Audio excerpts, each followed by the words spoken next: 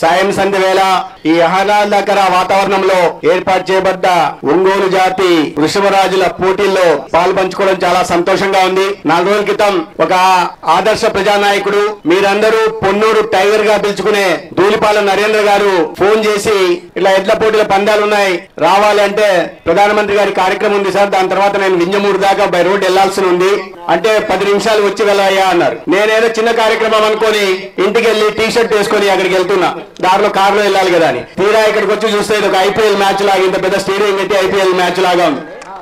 ధూళిపాల వీరయ్య చౌదరి గారి స్మారకార్థం ఎడ్ల పోటీలు నిర్వహించడం చాలా సంతోషకరం. ఈ ఎడ్ల పోటీలు మన సంస్కృతి సంప్రదాయాల్లో ఒక భాగం. పశువుల్ని కూడా మన జీవన విధానంలో మన కుటుంబ సభ్యులుగా చూసే ప్రక్రియలో ఒక భాగం. చాలా మందికి ఈ నవతరానికి తెలియదు.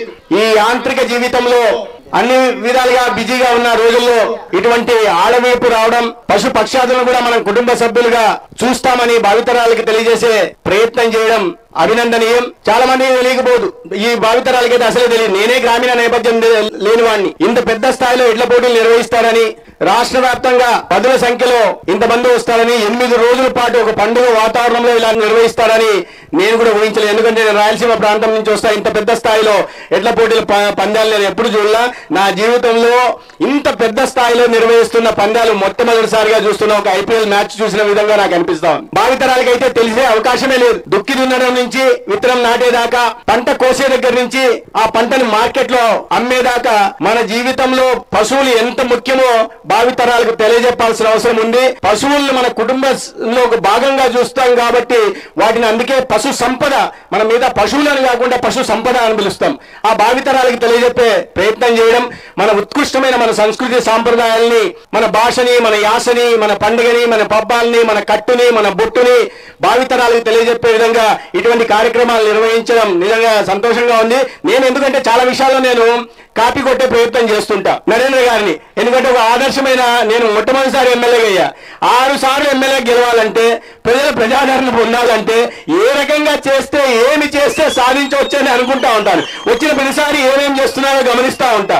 దీంట్లో భాగంగా కేవలం అభివృద్ధి చేయడం, ప్రజలకు అండగా నిలబడడం, అర్ధరాత్రైనా పిలిస్తే పలకడం, సమస్యల పరిష్కారం చేయడం, సంక్షేమ పథకాల ఫలాలు వారికి అందించడమే కాకుండా ఇటువంటి సాంస్కృతిక కార్యక్రమాలు చేయించడం, లేదా క్రీడా పోటీలు నిర్వహించడం, ప్రజలతో మమేకమైపోయి వాళ్ళలో ఉత్సాహాన్ని, ఉత్తేజాన్ని నింపడం కూడా చాలా అవసరమని వాళ్ళు తెలుసుకున్నాం. ఈ ఉత్సాహం, ఉత్తేజం కారణంగా ఒక ఆరోగ్య శాఖ మంత్రిగా నాకు సంతోషం. ఎందుకంటే ప్రజలు సంతోషంగా, ఆనందంగా ఉంటే రాష్ట్ర ఆరోగ్య రంగం మీద పెడుతున్న బడ్జెట్ కాస్త తగ్గుతుంది, అనారోగ్యం బారిన పడే అవసరం రాదు. కాబట్టి ఇటువంటి ఆటలు అన్ని చోట్ల, అన్ని నియోజకవర్గాల్లో ప్రోత్సహించాలి, ఇంత పెద్ద స్థాయిలో నిర్వహించాలి, ఇంతమందిని ఏకం చేయాలి, ఇంతమందిని మోటివేట్ చేయాలి. ఆ ప్రోత్సాహం కూడా నేను చూస్తున్నా. ఏదో చిన్న చిన్న ప్రైజులు అంటే ఇప్పుడు ఇచ్చే 25,000 ఇస్తున్నారు, ఇవే అనుకున్నా కాదు. అక్కడ చూస్తే వర్ష పెట్టి బైకులు పెట్టున్నాయి, కొత్త బైకులు అన్ని బుల్లెట్ దాకా పెట్టున్నాయి.